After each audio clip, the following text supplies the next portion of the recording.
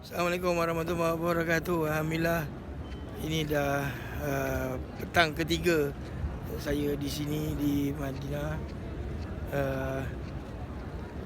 Sedikit perkongsian yang saya nak berikan di sini ialah pengalaman saya sendiri melihat 3 kejadian yang berbeza yang sangat sebenarnya memberikan pengajaran buat diri saya sendiri. Pertamanya ialah pada hari yang kedua, waktu subuh, ketika saya solat subuh, tiba-tiba berdemuk, bunyi satu jatuh. Rupanya yang jatuh tu adalah seorang lelaki. Tak pasti sama ada dia pingsan ataupun tidak, tapi dia seorang yang hanya sekadar 7-8 selang saja daripada saya. Jatuhnya itu bukan jatuh yang macam orang yang jatuh perlahan-lahan, memang tumbang macam tu. Dan dah tentulah sebab kita jarang dapat apa diam itu. Semayang saya agak sedikit terganggu. Mata ekor saya, ekor mata saya maksudnya melihat kepada keadaan itu. Dan ketika digoyang-goyangkan oleh orang di sebelahnya, dia tak bangun. Tapi apabila masuk rakaat yang kedua, orang tu dah tak ada. Rupanya dia dah berdiri balik dan solat balik. So saya tak pasti kenapa, apa yang berlaku. Mungkin dia pingsan, mungkin dia tertidur.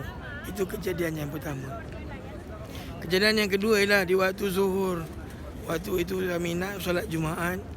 Ketika saya nak masuk hampiran dengan Babu Salam, iaitu seberang daripada apa yang saya berdiri sekarang ini, seorang lelaki negro tumbang di kawasan lantai yang sebegini dan mengembuskan napasnya, meninggal di situ juga.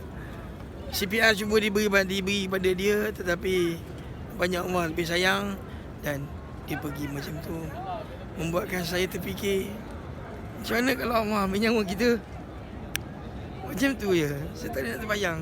Dan sebab dia dalam perjalanan yang elok je nak pergi sembahyang, tiba-tiba Allah ambil nyawa macam tu. Tak ada amaran, tak ada sina, tak ada apa.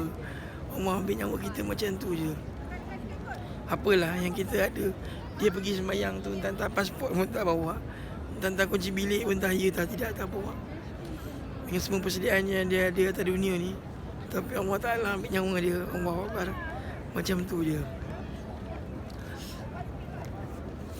Dan ni ketiga ialah waktu solat Jumaat itu juga, di depan saya ada seorang lelaki. Ada 2 orang sebenarnya, yang saya rasa sama ada orang Kelantan ataupun mungkin keturunan Patani, sebab Telo bercakapnya begitu. Yang mana kedua-duanya adalah lebih tua daripada saya pastinya. Tapi salah seorang itu saya rasa usianya mungkin dah hampir 70 tahun, sekitar macam tu. Dan dia solat betul-betul di hadapan saya ketika solat Jumaat, yang mana saya berdiri di bahagian yang sangat tepi. Ada sedikit ruang antara saya dan juga tong air Zam-Zam. Apabila rakaat yang pertama kami sujud, ketika bangun untuk rakaat kedua, pakcik tadi terus lari, berdiri di sebelah saya. Dan saya terkejut pastinya, sebab dia berada betul-betul di depan saya dan dia bangun berdiri di sebelah saya. Saya tak pasti apa yang berlaku, tapi rupanya berdirinya di sebelah saya itu sebab dia terkencing. Pastinya pada usia dia macam tu, mungkin ada masalah menahan kencing barangkali. Sedikit kencingnya pada mulanya, dan dia cuba pergi ke sebelah tong air Zam-Zam, mungkin cuba untuk membasuh, tapi malangnya kencingnya jauh lebih teruk. Terduduk, dia malu, basah jubah dia habis. Apa yang terkesan di hati saya ialah, nampak tak, apabila Allah Ta'ala tarik sedikit saja nikmat, sebenarnya nikmat tahan kencing. Pernah tak kita terfikir tahan kencing ni sebenarnya adalah satu nikmat? Kencing itu sendiri adalah satu nikmat. Ada orang ada masalah nak kencing, tak boleh nak kencing. Ada orang yang kencingnya tak terkawal pun.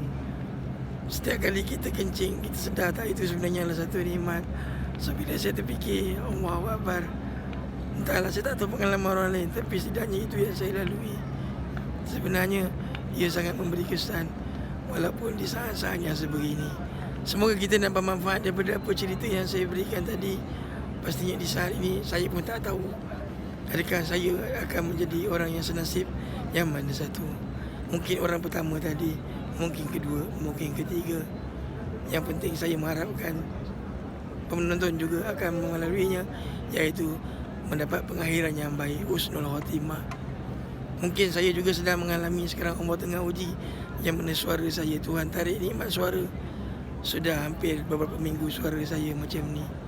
Bila keadaan macam ni baru saya sedar bahawa sedangkan nak mengaji pun saya dah tak boleh mengaji sebagaimana saya mengaji dahulu. Semoga saya juga dapat iktibar daripada apa yang berlaku ini dan insaf.